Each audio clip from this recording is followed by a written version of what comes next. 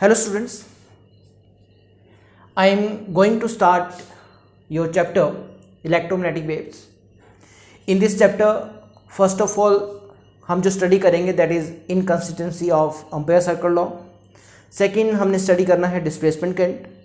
Third हम study करेंगे continuity of current. तो अगर हम फर्स्ट चैप्टर की बात करें, फर्स्ट चैप्टर में जो हमने स्टडी किया था इलेक्ट्रोस्टैटिक के अंदर, वो हमने स्टैटिक चार्ज को स्टडी किया था. And this static charge is the source of electric field. This static charge is the source of electric field. ये जो स्टैटिक चार्ज है वो किसका सोर्स है? इलेक्ट्रिक फील्ड का. Then in second chapter that is electric current, and in electric current हमने जो study किया that is flow of charge. Flow of charge means that is current. Flow of charge को हमने study किया, और flow of charge जो हमारे पास that is the current. And in next chapter we studied that, हमने जो स्टडी किया that is current is a source of magnetic field.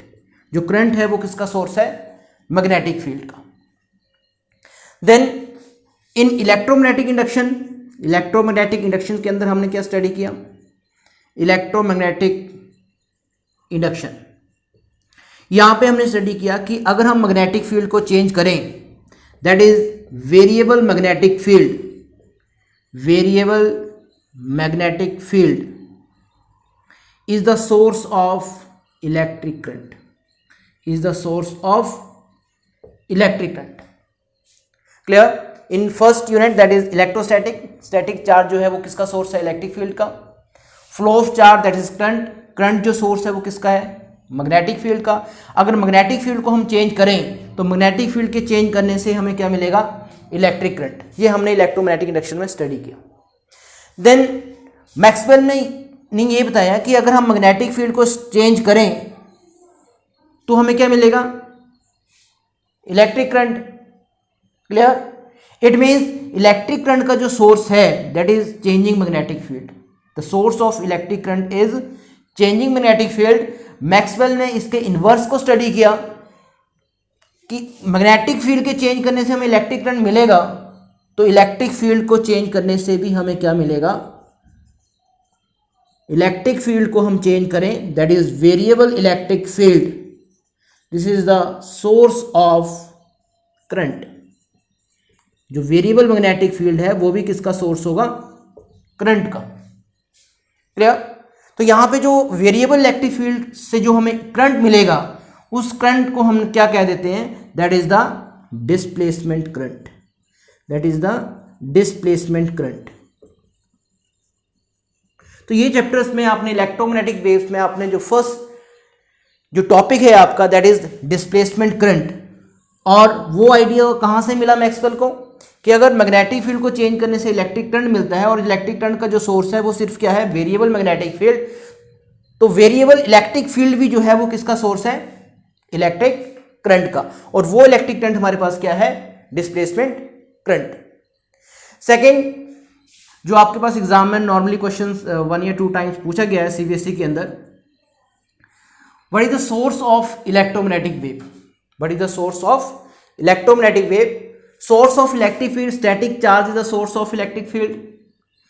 Moving charge और current is the source of magnetic field. Moving charge magnetic field का source है, static charge एक electric field का source है.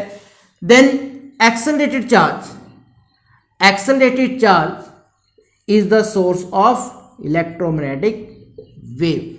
तो इलेक्ट्रोमैग्नेटिक वेव का जो सोर्स है वो हमारे पास क्या है? Accelerated charge. तो एक्सेलरेटेड चार्ज पार्टिकल्स जो है वो किसका सोर्स है? इलेक्ट्रोमैग्नेटिक वेव का. तो ये हमें नेक्स्ट हम डिटेल में स्टडी करेंगे इसको कि किस तरह से अगर हम किसी चार्ज को एक्सेलरेट करें तो हमें जो है वो इलेक्ट्रोमैग्नेटिक वेव मिलेगी. Clear? Now first is inconsistency of ampere circuit law. This is your first topic in this chapter, that is inconsistency of Ampere circuit law. What is the Ampere circuit law? Line integral of magnetic field is equal to mu naught time the enclosed current. This is your Ampere circular law, तो according to Ampere circular law, according to Ampere circuit law, Ampere circular law के according क्या है, line integral of magnetic field, this is your integral and this represent the line integral of magnetic field is equal to mu naught time the enclosed current. This is your enclosed current. जो current enclosed है, जो हम ampere loop वहां पे बनाएंगे, उस ampere loop के अंदर जो एनक्लोज्ड करंट है वो यहां पे आएगा, तो I is your enclosed current. तो first is inconsistency of ampere circular law. So your first topic is, that is inconsistency of ampere circuit law,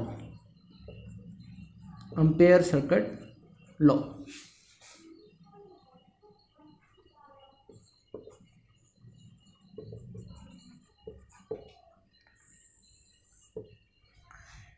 What is the meaning of inconsistency? Non medical students को ये clear होगा. Limit continuity के अंदर जो +2 mathematics में आपके पास limit and continuity chapter है, उसमें हम कंटिन्यूस ऑफ लिमिट को प्रूव करते हैं और उसमें हमने ये प्रूव करते हैं कि left hand side limit is equal to right hand side. Same यहाँ पे हमने प्रूव करना है, if left hand side is equal to right hand side, in that case your ampere circular law is consistence, and if left hand side not equal to right hand side, in that case ampere circular law is inconsistence. Clear? Inconsistency means left hand side not equal to right hand side, और ampere circular law consistence कब होगा? when left hand side is equal to right hand side. जब left hand side right hand side के equal होगी, in that case Ampere circular law is consistence. और अगर left hand side जो है वो राइट हैंड साइड के equal नहीं है, it means Ampere circular law is inconsistence. अब हमने अम्पेयर सर्कुलर लॉ को अप्लाई करना है, तो अम्पेयर सर्कुलर लॉ के केस में क्या होगा? Enclosed current.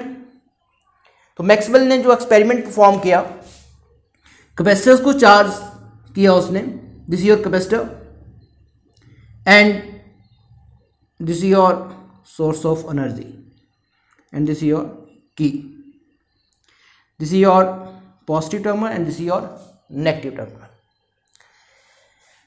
Due to this supply there is a current. कहाँ से कहाँ फ्लो करेगा? पॉजिटिव से नेगेटिव की तरफ को. Suppose I is the current. Now he consider two loop. This is your capacitor, this is your first plate and this is your second plate. He considered two loop वहाँ पे उसने consider किए.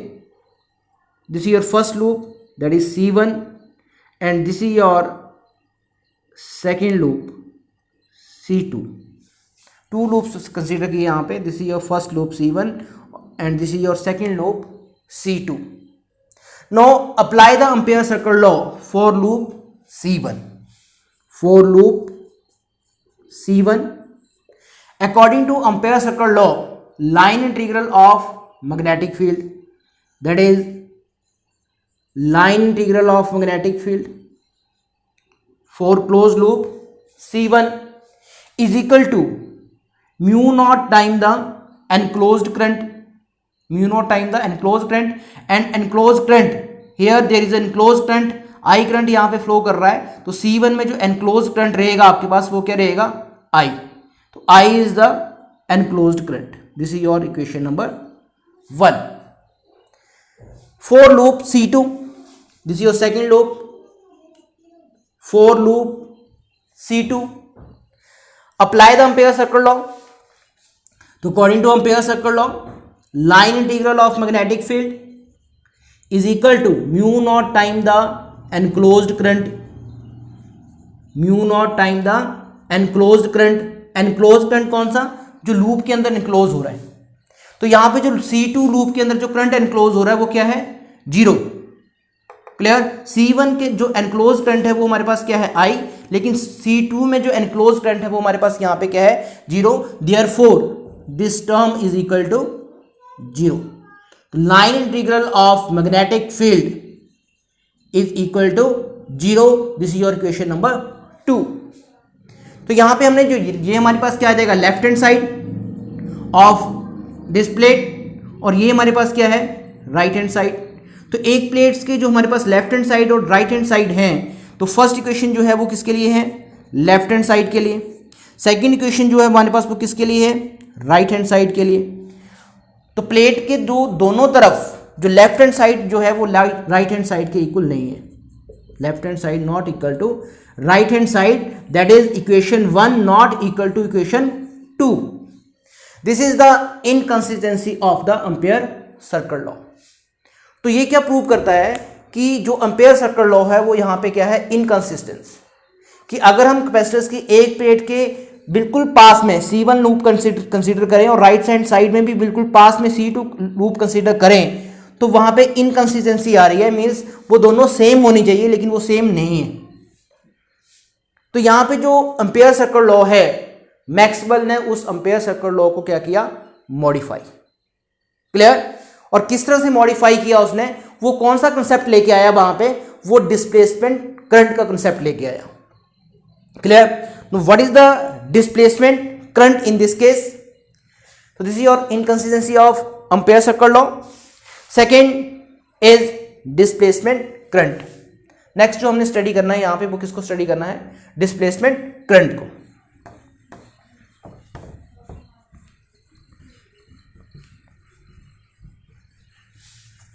Your next is displacement current.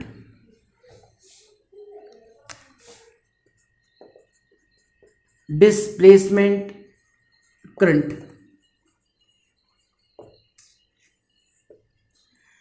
अगर हम यहां पे definition की बात करें डिस्प्लेसमेंट करंट की, क्लियर, तो फर्स्ट ऑफ ऑल हम इसकी डेफिनेशन यहां पे लिखेंगे।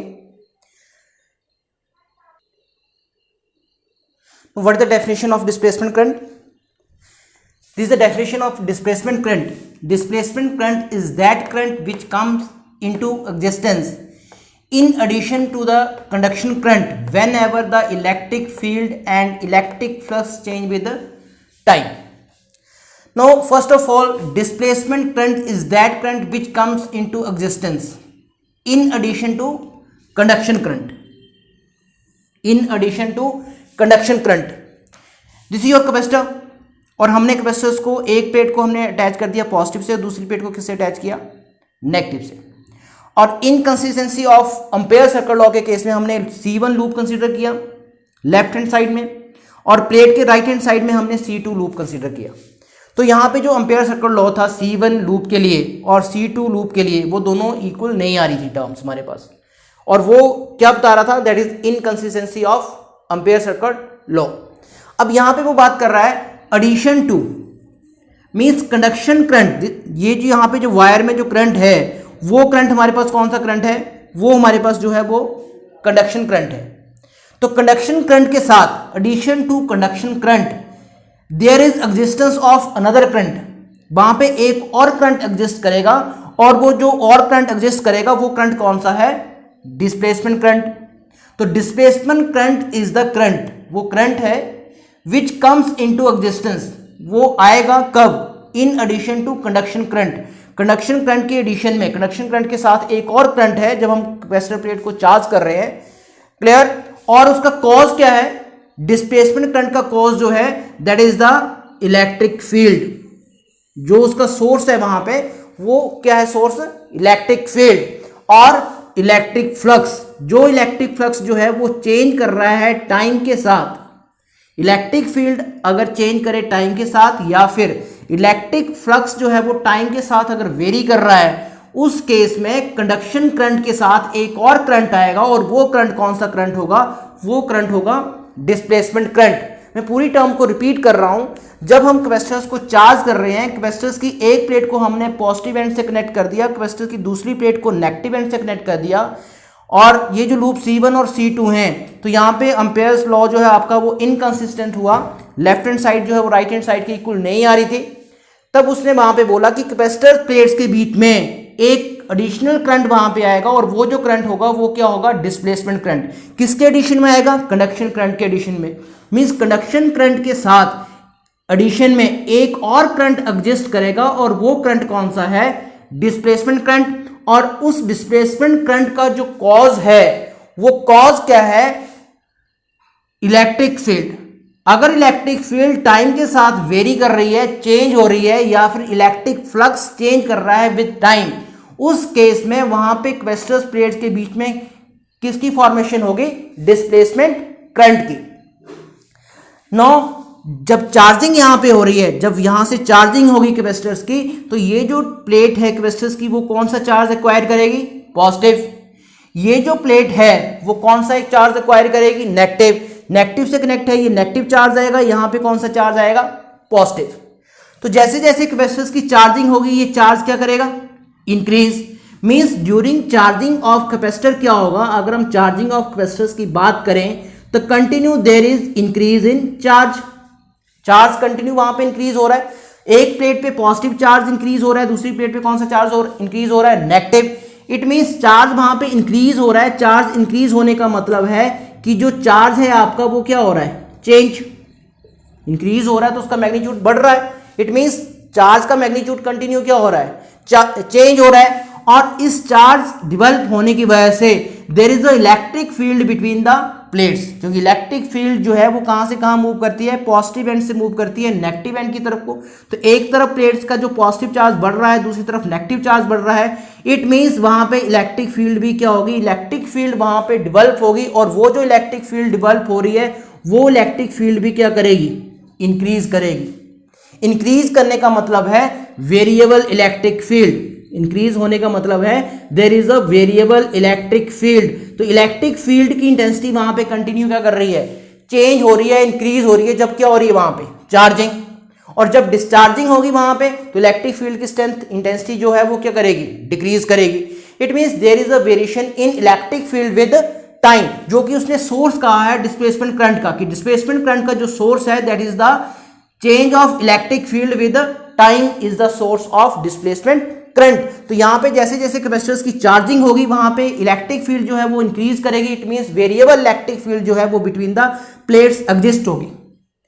और इस वेरिएबल इलेक्ट्रिक फील्ड की वजह से किसकी फॉर्मेशन होगी, डिस्प्लेसमेंट करंट की। और यही डेफिनेशन में लिखा हुआ है, when ever electric field and electric flux change with time. जब इलेक्ट्रिक फील्ड या फिर इलेक्ट्रिक फ्लक्स जो है वो टाइम के साथ क्या करेगा, चेंज होगा। Electric flux means product of electric field and area, area of this plate and electric field between the plates, that is the electric flux. Electric flux के चेंज होने से क्या होगा, वहां पे डिस्प्लेसमेंट करंट की फॉर्मेशन होगी, या फिर इलेक्ट्रिक फील्ड के चेंज होने से टाइम के साथ वेरी करने से किसकी फॉर्मेशन होगी, डिस्प्लेसमेंट करंट से। तो changing electric field between the field means there is a change in electric field between the plates. अब चेंज इन इलेक्ट्रिक फील्ड क्यों हो रही है, क्योंकि कैपेसिटर्स की चार्जिंग हो रही है, कंटिन्यू चार्ज इंक्रीज हो रहा है, जिसकी वजह से इलेक्ट्रिक फील्ड में वहां पे क्या आ रहा है, variation. Second, according to Maxwell changing electric field intensity is equivalent to current. ये जो इलेक्ट्रिक फील्ड इंटेंसिटी चेंज हो रही है वहां पे वो किसके इक्विवेलेंट होगा, that is the current. According to Maxwell changing electric field intensity is equal to the current. कहां पे current, through a capacitor. Capacitors के बीच में जो करंट होगा वो किसकी वजह से होगा, वो जो होगा वो किसकी वजह से होगा, चेंजिंग इलेक्ट्रिक फील्ड इंटेंसिटी की वजह से। और उसी करंट को उसने क्या नाम दिया वहां पे, डिस्प्लेसमेंट करंट। तो यहां तक जो आपने स्टडी किया कि आउटसाइड जो कैपेसिटर्स प्लेट्स में जो करंट होगा वो करंट कौन सा होगा, कंडक्शन करंट। और यहां पे जो करंट होगा that current is the displacement current. तो कंडक्शन करंट की कंडीशन में एक और करंट वहां पे डेवलप होगा बिटवीन द कैपेसिटर प्लेट, और वो जो करंट होगा वो कौन सा करंट होगा, डिस्प्लेसमेंट करंट। और वो डिस्प्लेसमेंट करंट किसकी वजह से आएगा, वो डिस्प्लेसमेंट करंट आएगा वेरिएबल इलेक्ट्रिक फील्ड की वजह से या फिर वेरिएबल इलेक्ट्रिक फ्लक्स की वजह से। क्लियर। और यही मैक्सवेल ने कहा था कि अगर मैग्नेटिक फील्ड को हम चेंज करें, मैग्नेटिक फील्ड को अगर हम चेंज करें तो हमें क्या मिलेगा, करंट। तो मैक्सवेल ने आगे ये कहा कि अगर हम इलेक्ट्रिक फील्ड को भी चेंज करें तो भी हमें क्या मिलेगा, करंट। तो सिर्फ वेरिएबल मैग्नेटिक फील्ड ही करंट का सोर्स नहीं है, वेरिएबल इलेक्ट्रिक फील्ड भी किसका सोर्स है, इलेक्ट्रिक करंट का। और वेरिएबल इलेक्ट्रिक फील्ड जो आपको करंट प्रोड्यूस करेगी वो करंट कौन सा होगा हमारे पास, वो जो करंट होगा वो क्या होगा, डिस्प्लेसमेंट करंट। तो this is your displacement current. Next is your displacement expression of displacement current. Clear?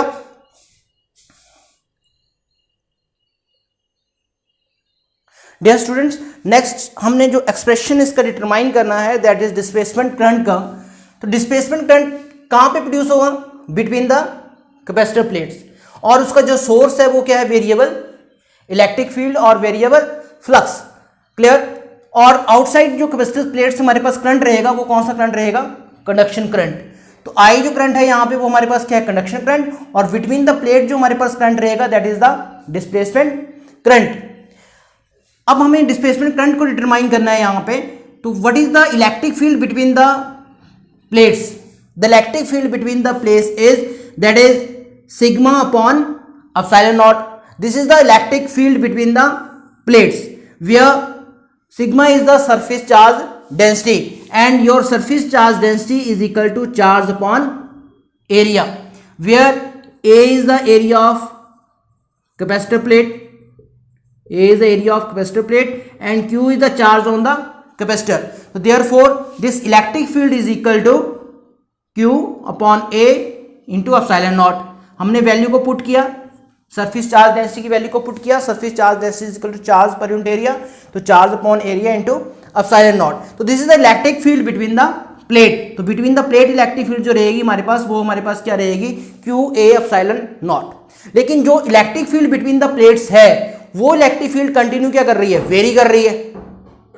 Clear? उसकी फिक्स वैल्यू नहीं है, क्योंकि जैसे जैसे चार्जिंग हो रही है चार्ज इंक्रीज कर रहा है, चार्ज इंक्रीज होने से क्या इंक्रीज कर रहा है, इलेक्ट्रिक फील्ड वहां पे इंक्रीज कर रही है। तो वो इलेक्ट्रिक फील्ड हमारे पास क्या है, वेरिएबल इलेक्ट्रिक फील्ड है। तो अगर हम सपोज करते हैं कि if charge increase by D Q amount in time d t, तो डी टी टाइम में कितना चार्ज वहां पे इंक्रीज हो रहा है, तो डी टी टाइम में जो चार्ज इंक्रीज हो रहा है वो डी क्यू इंक्रीज हो रहा है यहाँ पे। तो देयरफॉर जो चार्ज वहां पे आएगा कैपेसिटर प्लेट्स के ऊपर, वो चार्ज स्मॉल चार्ज जो आएगा डी टी टाइम में वो कितना आएगा, I into d t, because current is equal to charge upon time and your charge is equal to I into d t. तो this is your charge in time d t. No next is what is the change in electric field in time d t. The change in electric field, change in electric field that is dE in time dt. The change in electric field that is dE is equal to charge upon area of capacitor plate into epsilon naught. तो charge यहाँ पे क्या आएगा, small charge, जो small charge वहां पे आ रहा है वो इलेक्ट्रिक फील्ड डीई डेवलप करेगा वहां पे। तो वो जो डीई इलेक्ट्रिक फील्ड होगी अपॉन क्या आएगा, एरिया। एरिया ऑफ प्लेट तो चेंज होगी ही नहीं, एरिया ऑफ प्लेट तो एज इट रहेगी, एप्सिलॉन भी कांस्टेंट है वो भी हमारे पास क्या रहेगा, एज इट रहेगा। जो वहां पे चेंज कर रहा है वो क्या चेंज कर रहा है, चार्ज, और डी क्यू चार्ज की वजह से जो स्मॉल इलेक्ट्रिक फील्ड होगी हमारे पास वो क्या रहेगी, डीई। तो डी क्यू चार्ज की यहाँ पे वैल्यू अगर हम पुट करें तो वो वैल्यू हमारे पास क्या आएगी, I into d t upon A epsilon not. तो therefore d E is equal to I into d t upon A epsilon not. तो यहां पे अगर हम करंट की वैल्यू को डिटरमाइन करें कि जो हमारे पास करंट आएगा that is dE upon d t, current की वैल्यू को अगर हम यहां पे डिटरमाइन करें तो डी टी यहां डिनोमिनेटर में आ जाएगा, dE upon d t, A epsilon naught से क्या हो जाएगा यहां पे मल्टीप्लाई हो जाएगा टर्म। तो ये हमारे पास करंट आएगा that is A epsilon naught dE upon d t. तो आई अगर हम थोड़ा सा और सॉल्व करें, ये हमारे पास कांस्टेंट टर्म है, तो कांस्टेंट टर्म को डिफरेंशिएशन के अंदर रखो चाहे बाहर रखो कोई भी चेंज नहीं होगा, लेकिन हम इसको अंदर रखेंगे ताकि हमें एक न्यू टर्म मिले, और वो न्यू टर्म हमारे पास क्या रहेगी, फ्लक्स। तो therefore I is equal to epsilon naught और इलेक्ट्रिक फील्ड इनटू ए जो हमारे पास होगा दैट इज इलेक्ट्रिक फ्लक्स। तो therefore this is your change in electric flux. तो चेंज इन इलेक्ट्रिक फ्लक्स जो आपको प्रोड्यूस करेगा वो क्या प्रोड्यूस करेगा वहां पे, करंट। तो इलेक्ट्रिक फ्लक्स अगर टाइम के साथ चेंज हो रहा है या फिर इलेक्ट्रिक फील्ड जो है वो टाइम के साथ अगर वेरी कर रही है तो आपको क्या देगी वहां पे, करंट। और वो जो करंट रहेगा बिटवीन द क्वेस्टर प्लेट, वो करंट हमारे पास क्या आ जाएगा, वो करंट हमारे पास आएगा डिस्प्लेसमेंट करंट। तो ये हमारे पास क्या आ गया, डिस्प्लेसमेंट करंट। तो डिस्प्लेसमेंट करंट जो हमारे पास आ रहा है that is epsilon naught rate of change of electric flux. तो इलेक्ट्रिक फ्लक्स अगर वेरी करेगा तो वो हमें किसकी फॉर्मेशन देगा, आपको displacement current. Clear? This your capacitor plates and during charging of capacitor plate there is increase in charge. तो सपोज dt टाइम में कितना चार्ज इंक्रीज हो रहा है, dq। तो चार्ज जो आएगा dt टाइम में वो कितना आएगा, I इंटू dt। तो change electric field that is dE in time dp, that is dE is equal to dq upon a epsilon not. तो स्मॉल इलेक्ट्रिक फील्ड जो डेवलप होगी वो कितना डेवलप होगी, चार्ज। और स्मॉल इलेक्ट्रिक फील्ड किसकी वजह से डेवलप होगी, स्मॉल चार्ज की वजह से। तो q की वजह क्या आ गया, dq। a area of plate change नहीं होगा, एज इट आ रहा है। एप्सिलॉन चेंज नहीं होगा, एज इट आ रहा है। Therefore I into d t upon A epsilon naught, therefore d is equal to I dt upon a epsilon not. तो यहाँ पे जो करंट आपको मिलेगा that is a epsilon dE upon dt। This dE upon dt is the change in electric field with time. और change in electric field with time किसकी formation कर रहा है, करंट की।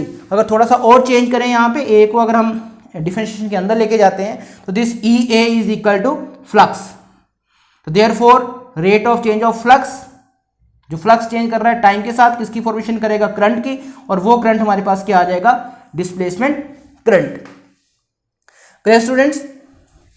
तो नेक्स्ट लेक्चर में हमने जो स्टडी करना है वो हम डिस्प्लेसमेंट करंट की फॉर्मेशन वहां पे होगी कि वहां पे टू करंट्स होंगे। एक तो कंडक्शन करंट होगा, कंडक्शन करंट के कंडीशन में कैपेसिटर प्लेट के बीच में क्या होगा, डिस्प्लेसमेंट करंट। तो जो हमने स्टार्टिंग में inconsistency of ampere circuit law को प्रूव किया था, अब हमने with the help of this displacement current